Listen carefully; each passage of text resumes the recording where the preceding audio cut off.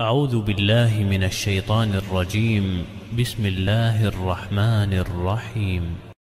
ولقد كتبنا في الزبور من بعد الذكر أن الأرض يرثها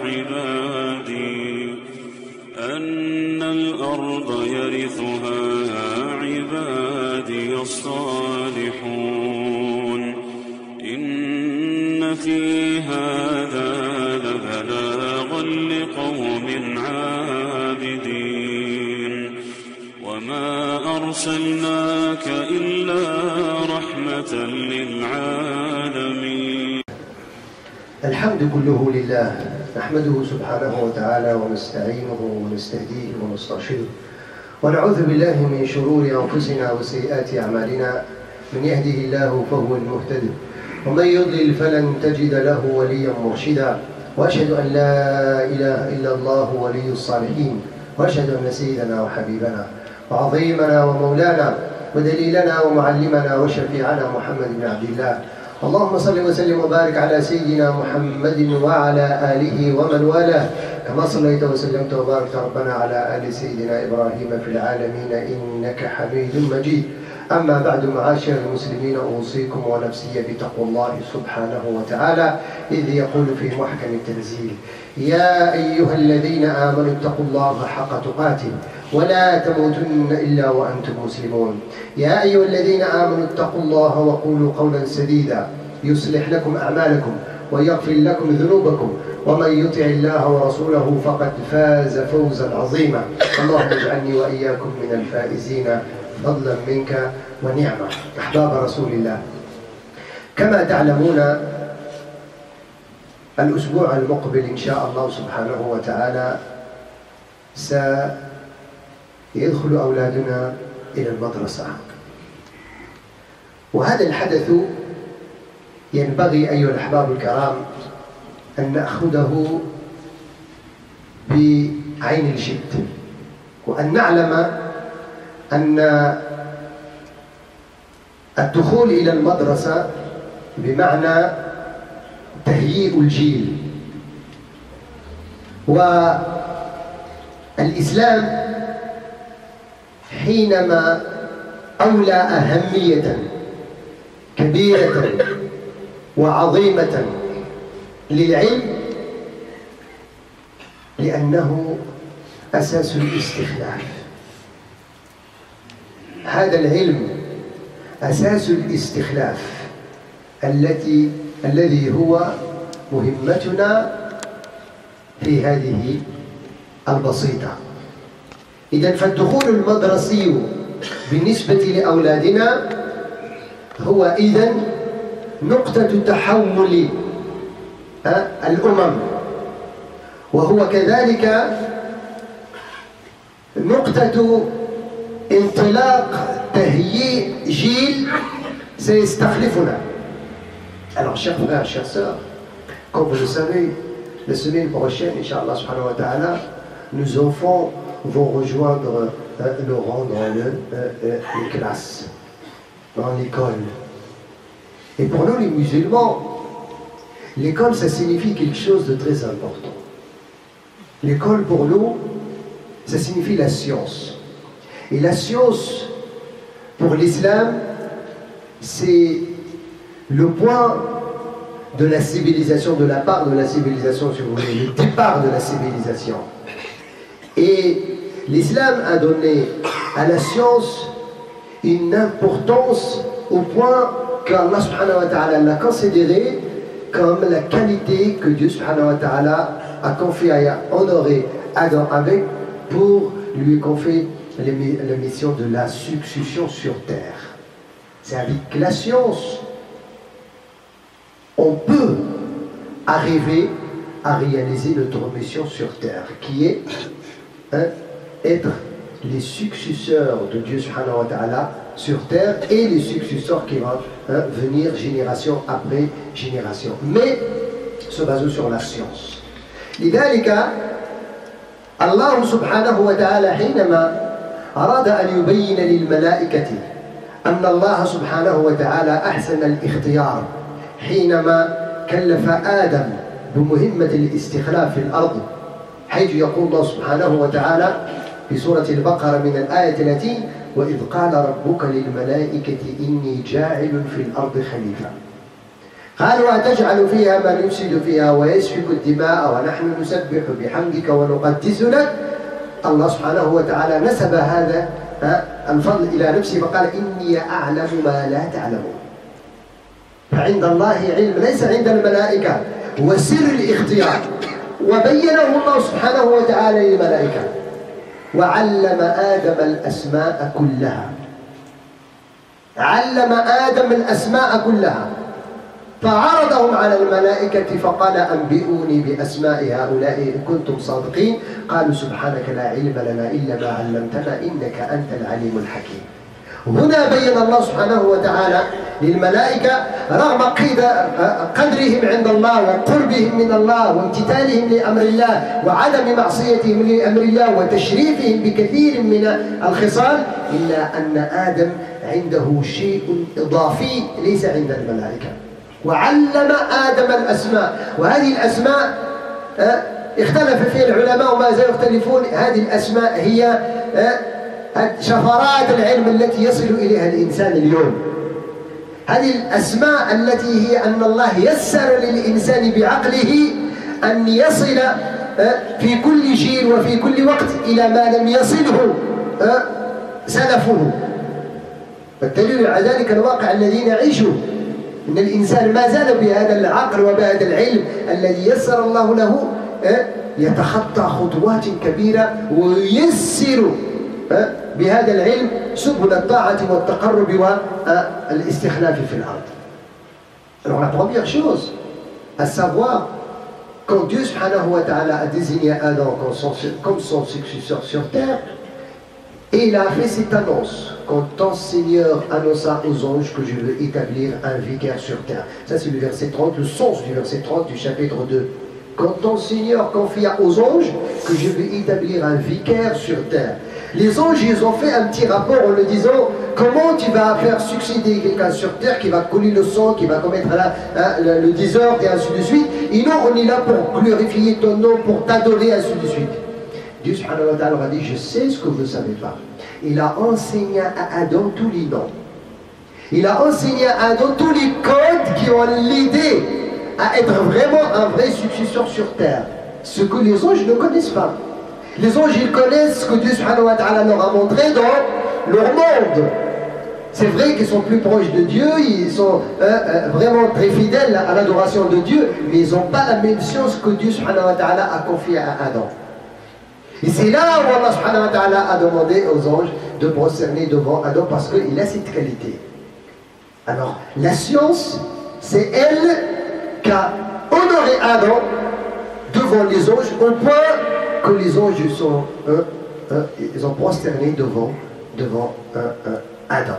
Malgré une prosternation, ce n'est pas d'adoration, mais de respect. Par ordre de Dieu subhanahu wa ta'ala. لذلك يا أحباب الكرام ينبغي أن نعلم أن أولادنا إذن بعد هذه الفسحة من الراحة سيرجعون إلى تكوين أنفسهم. سيرجعون إلى المكان الذي سيخول لهم أن يكونوا في مستوى الاستخلاف في الأرض. وهنا العلم لا يقصد به علم القرآن والتفسير والحديث فقط، إنه الانكسار الذي وقعت فيه الأمة الإسلامية عبر التاريخ حينما فصلت بين علوم الشرع وعلوم الدنيا. القرآن لم يفصل القرآن بين علوم الشرع، علوم القانون، علوم القرآن وعلوم الحديث وهذه الأمور كلها، وعلوم الدنيا، الطب والرياضيات والفلسفة والكيمياء وكذا. القرآن لم يفصل. حينما يتحدث عن العلم يتحدث عن العلم بإطلاق، والعلماء يقولون: كل علم يدلك على الله فهو شرع. لذلك نجد الآن من أغلب الناس الذين يرجعون إلى الإسلام يرجعون بعلمهم، سواء وصلوا في الطب إلى إعجاز ذكره القرآن الكريم أو في علوم أخرى، فيجدون الحقيقة التي تحدث عنها الشرع.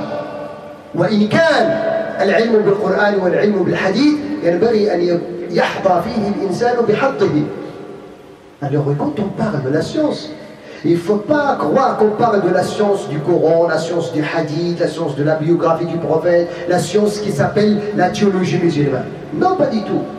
Toute science. Le Coran n'a jamais séparé entre la science religieuse et la science, comment dirais-je, qui n'est pas religieuse. Comme la médecine, comme le mathématique, comme le physique, chimique, ainsi de suite. Tout cela, il doit être normalement, il sert la raison de notre existence. Toutes les sciences, c'est pour ça que les savants disent, toute science qui t'indique, qui t'emmène vers Dieu, c'est une science religieuse. Pour ça, on voit aujourd'hui que la plupart de ceux qui se convertissent à l'islam, surtout une conversion libre, tout seul, grâce à sa science. Donc un grand chirurgien, il a trouvé, comment dirais-je, les signes de Dieu subhanahu wa ta'ala à travers sa science. Et d'autres, l'astronomie, tout ce que vous voulez, toutes ces sciences-là, le Coran n'a pas séparé. Et malheureusement, l'échec de la communauté musulmane à travers l'histoire, c'est quand il a commencé à séparer entre ça c'est religieux et ça c'est pas religieux. Et on parle d'un imam et un savant religieux et un savant non religieux. ذلك حدث عندنا ما يسمى بالانفصام في الشخصية. تجد الإنسان مسلم طبيب يبرع في الطب ولكنه لا يحسن الوضوء. وبيقول لك أنا تخصصي طب مش العلوم الشرعية. وتجد الإنسان يعني عالم في العلوم القرآن والحديث وكذا موسوعة وتجده لا أبجديات الرياضيات وأبجديات المنطق وأبجديات الفلسفة لا يتقن. يقول لك أنا j'ai rien à faire avec la langue française, ni l'anglais, ni le maths. Moi, ma discipline, c'est la théologie musulmane. C'est ça, ça me dit rien du tout, l'astronomie, le maths, tout ça. Non, pas du tout. Nos ancêtres, ceux qui sont avant nous, nos prédécesseurs, on trouve les imams, il est faqih, et mathématicien, et philosophe, et chirurgien, et tout ce que vous voulez. Ibn Sina, Ibn Rushd, Al-Ghazali, tout ce que vous voulez, tu trouves ces gens-là, ils en ont. Aujourd'hui, c'est pour ça, il faut essayer de faire en parallèle ces deux-là. En parallèle, d'enseigner à nos enfants comment faire la prière, comment faire les ablutions, et avoir sa part et sa connaissance religieuse, et en même temps de l'encourager à être plus fort dans sa classe, dans les autres matières. L'encourager, le mettre à disposition tous les moyens qui vont l'aider à avancer. Parce qu'il est dans la période de construire son futur. Il est dans la période de construire sa société. Il est dans la période de devenir un moyen utile qui va aider cette société à être forte dans tous les domaines. C'est pour ça tout ce qu'on dépense pour nos enfants, pour qu'ils puissent vraiment apprendre la science et atteindre les niveaux les plus hauts, c'est innovant auprès de Dieu subhanahu wa ta'ala. إذا فالعلم والإحباب الكرام ينبغي أن نعطي له هذا. ولا ريب أن الإسلام اهتم بالعلم قبل نزول آدم وبعد نزوله في كل ما أنزل الله له من الوحي وختم بنبوة محمد صلى الله عليه وسلم بنزول القرآن. فنجد أن أول أمر مكرر مرتين استقبله النبي صلى الله عليه وسلم من الوحي كان هو الأمر بالقراءة. تستغربون حينما تجدون أن الخمس الآيات الأول التي نزلت في القرآن الكريم تكرر فيها العلم 6 مرات. 5 آيات أول ما استقبله النبي من الوحي لم يقل له صلي ولا صم ولا حج ولا انفق ولا، تحدث له عن العلم وأمره مرتين بالعلم وتحدث له عن وسيلة العلم وعن العلم في 6 مرات في 5 آيات. اقرأ أمر اقرأ باسم ربك المقصد l'objectif الذي خلق الإنسان من علق اقرأ deuxième ordre وربك الأكرم الذي علم بالقلم علم الإنسان ما لم يعلم. Ça nous étonne quand on lit le Coran pour bien méditer l'importance que Dieu subhanahu wa ta'ala a donnée à la science. Avant même que Adam quitte son endroit où il a été auprès de Dieu pour descendre sur terre pour prendre sa mission, et à travers toutes les révélations, Allah subhanahu wa ta'ala donne l'importance à la science. Et il a parachevé de cela avec la mission de notre prophète sallallahu alayhi wa sallam, Muhammad sallallahu alayhi wa sallam, avec le Coran. Et on trouve que les premiers 5 versets et le premier ordre qui a été répété 2 fois que le prophète sallallahu alayhi wa sallam a reçu dans le Coran, c'est l'ordre d'apprendre la science. Et il a répété dans les 5 premiers versets la science et le moyen de la science et l'ordre à la science 6 fois. 5 versets répétés 6 fois. Lis, voilà l'ordre. Le premier ordre, lis au nom de ton Seigneur. L'objectif que la lecture doit être au nom de ton Seigneur. C'est pas au nom du pouvoir, au nom de quelque chose d'autre, au nom d'atteindre le matériel de ce monde. C'est ça l'objectif. Que la science, il doit être au nom de Dieu. Après, on en parlera de cela. Lis, Iqra, wa rabbuka al-akram, et ton Seigneur est le plus noble et le plus généreux. Quand tu lis au nom de lui, il sera plus généreux pour t'accorder la science. Car il a créé l'être humain dans l'adhérent. Il a dit Iqra wa rabbuka al-akram, il a enseigné à l'être humain, bil qalam, avec la plume, la 5e. Ma lam ya'lam, parce qu'il ne connaît pas. Ça nous montre, chers frères, chères sœurs, que l'islam donne cette grande importance à la science. Parce que le premier ordre qu'on doit lire pour connaître notre Seigneur, qu'on doit lire pour connaître notre religion, qu'on doit lire pour connaître notre responsabilité. Croyez-moi, le désordre qu'on vit de notre société aujourd'hui, c'est à cause de l'ignorance. Soit au sein de la communauté musulmane, soit dehors de la communauté musulmane. Si ce n'est pas l'ignorance, c'est que la science n'a pas été au nom de Dieu. Il a été au nom d'autre chose. Alors nous, autant que musulmans, on doit encadrer cette science. Il doit être une science libre au nom de Dieu et il doit être une science utile à toute l'humanité. أقول قولي هذا وأستغفر الله فاستغفروه إنه هو الغفور الرحيم.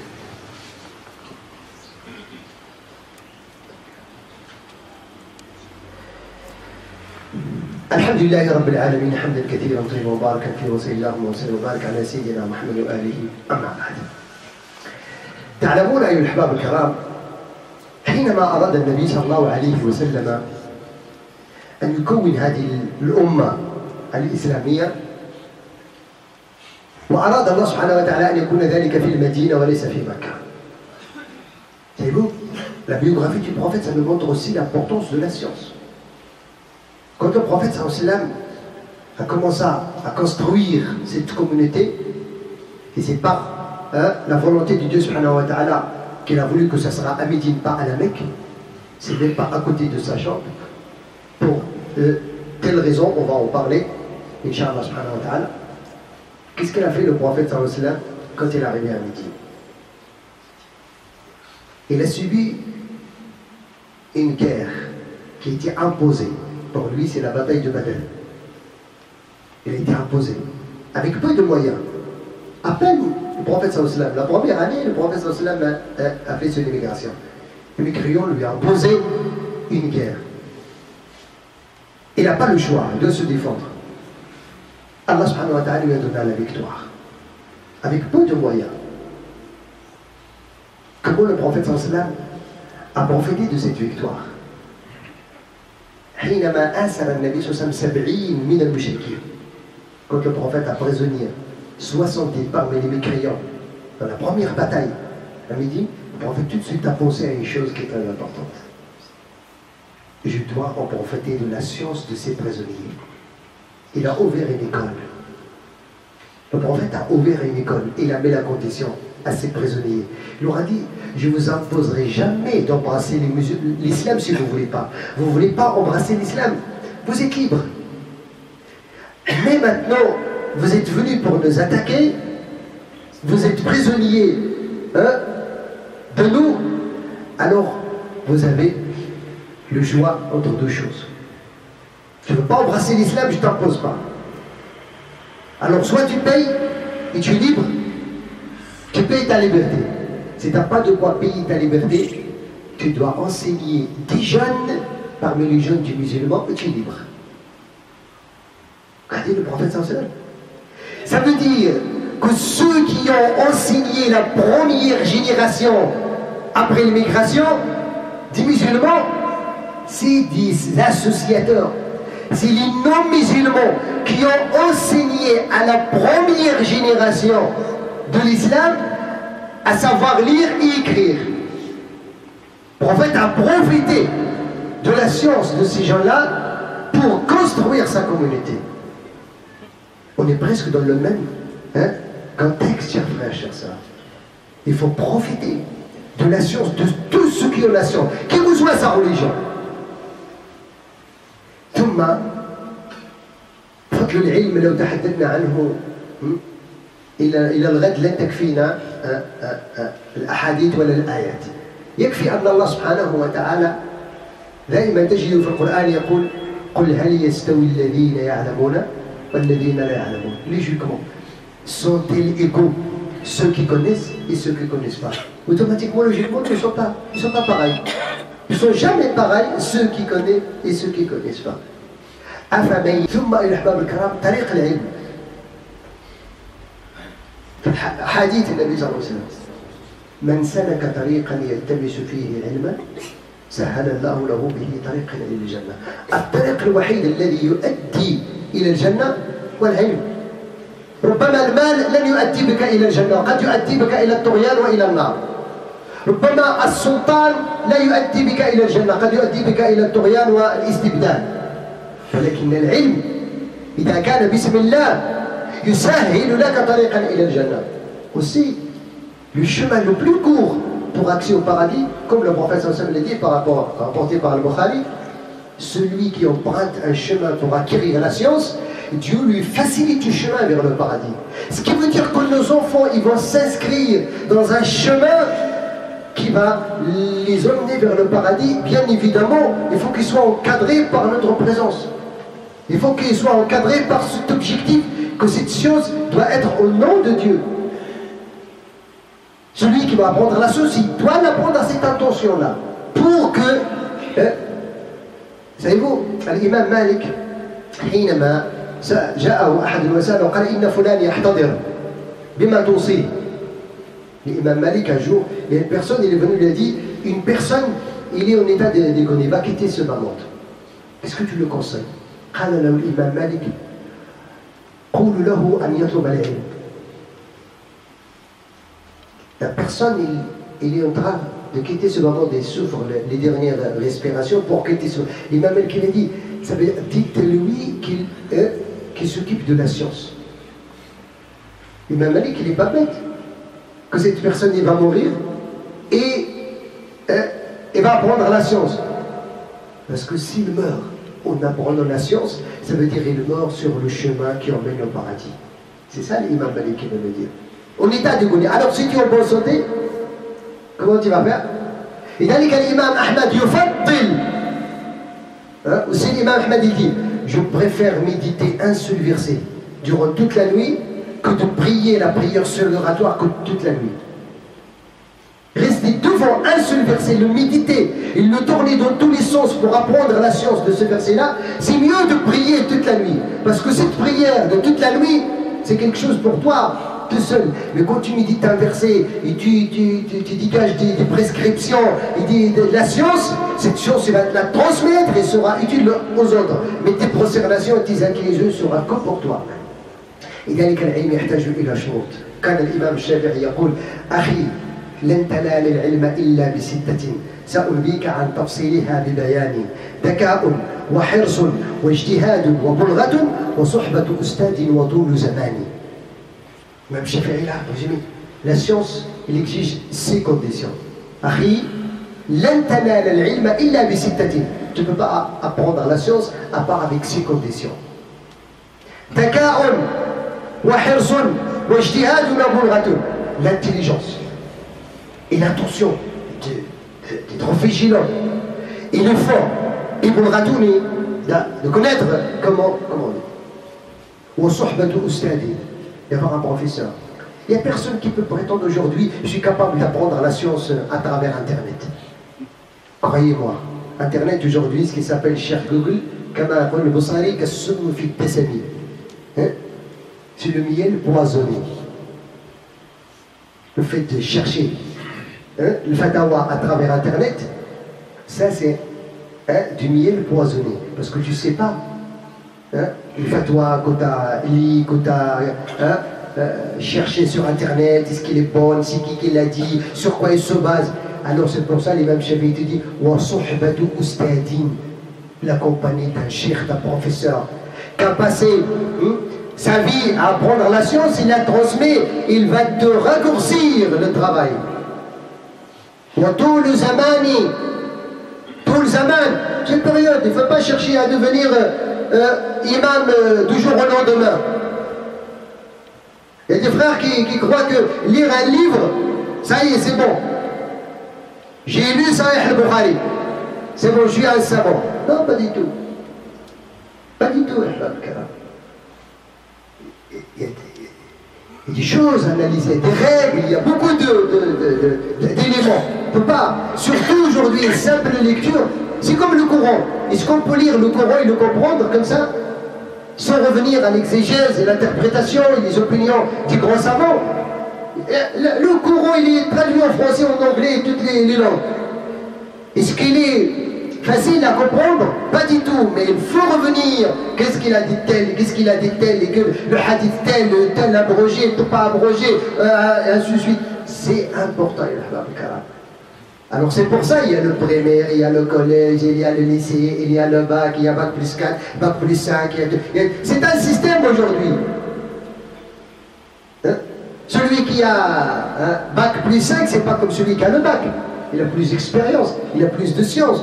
Celui qui a bac plus 13, c'est pas comme celui qui a bac plus 8.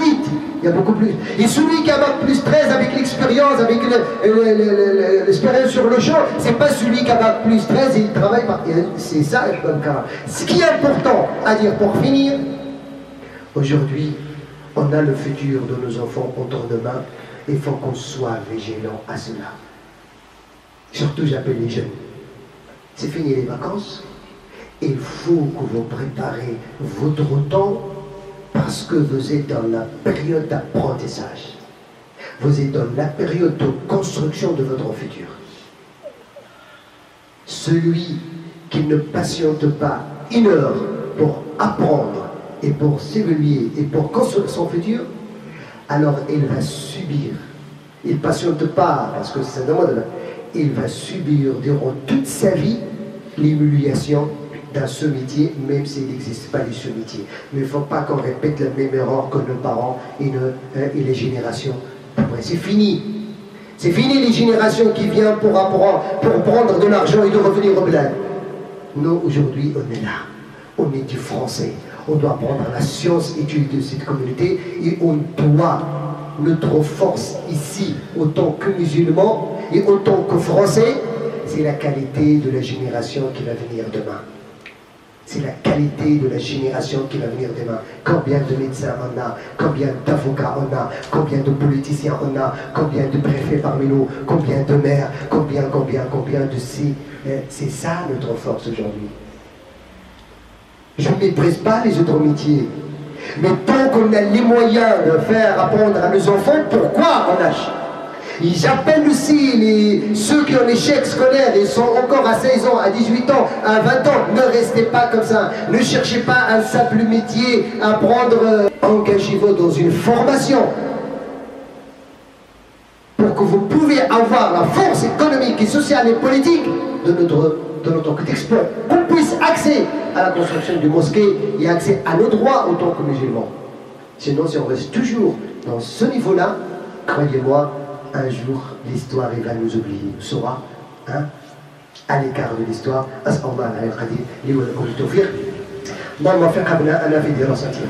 اللهم يا ربي يسر لهم وسددهم ووفق يا ربي الآباء والأمهات لأداء هذه المسؤولية على أحسن وجه. اللهم اغفر ذنوبنا واستر عيوبنا واهد قلوبنا وتولى أمورنا وعلمنا علما ينفعنا وبارك لنا فيما علمتنا وزدنا علما. اللهم هيئ لنا من أمرنا رشدا ووفقنا في هذه البلاد في كل نعمة أنعمت بها علينا واحفظنا في أولادنا وذريتنا وأموالنا وأهلينا ودوينا وكل نعمة أنعمت بها علينا. اللهم إنا نسألك يا حي يا قيوم يا ذا الجلال والإكرام أن توفقنا إلى ما فيه خير لنا وصلاح. اللهم أرنا الحق حقا وارزقنا اتباعه وأرنا الباطل باطلا وارزقنا اجتنابه.